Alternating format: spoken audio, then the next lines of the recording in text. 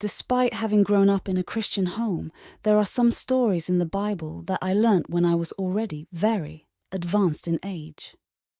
One of them is about the traitor son of David, Absalom.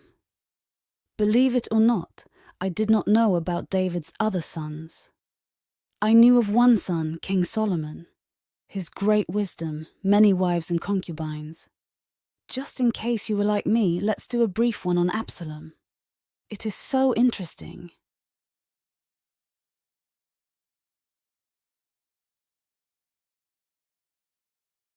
Two.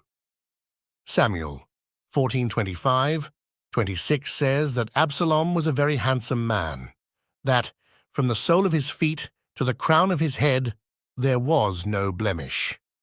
He had a beautiful sister named Tamar, whom his stepbrother Amnon lusted after, and consequently he forced himself on her and then sent her away in shame. Absalom hated him so much that he plotted his death. Read 2 Samuel 13:1-33. Fearing his father's wrath, Absalom fled to Geshur for 3 years, and David mourned his son Absalom every day. David finally let Absalom return home, but he, Absalom, could not see the king's face, meaning he was not allowed before David's presence.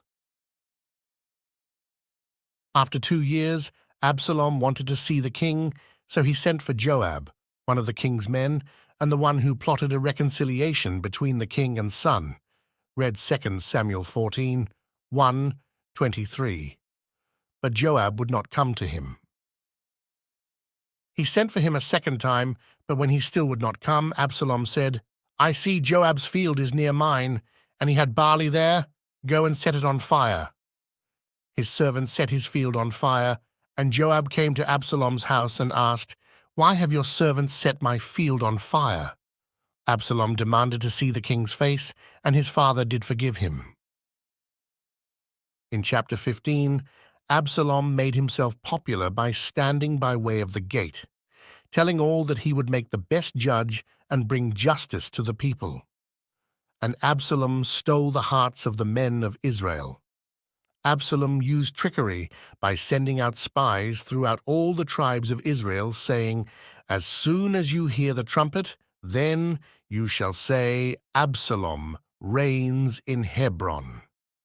He tricked people into thinking that he was more popular than the king, and the conspiracy grew strong, for the people of Absalom continually increased in number. A messenger came to David saying, "The hearts of the men of Israel are with Absalom." And David had to flee because he knew Absalom's intentions were to strike the city with the edge of the sword and bring disaster. David's counselor, Ahithophel, had joined ranks with Absalom. When David learnt of his treachery, he prayed to God to turn his counsel into foolishness. Absalom returned to Jerusalem. Ahithophel was with him and advised Absalom raise an army to pursue his father, King David, that night, but Hushai, David's spy, advised Absalom otherwise.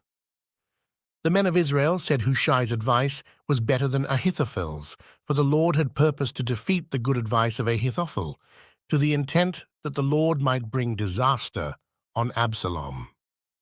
Hushai sent out a warning for David to escape.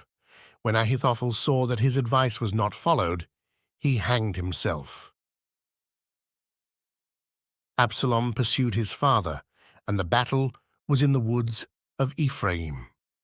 The Bible says in 2 Samuel 18:7-8 that there was a great slaughter of Absalom's men, and the woods devoured more people that day than the sword devoured. And as Absalom fled riding on a mule, the mule went under thick boughs of a terebinth tree, and his head was caught in the tree. So he was left hanging between heaven and earth. And the donkey, which was under him, went on. Joab took 3 spears and unalived Absalom.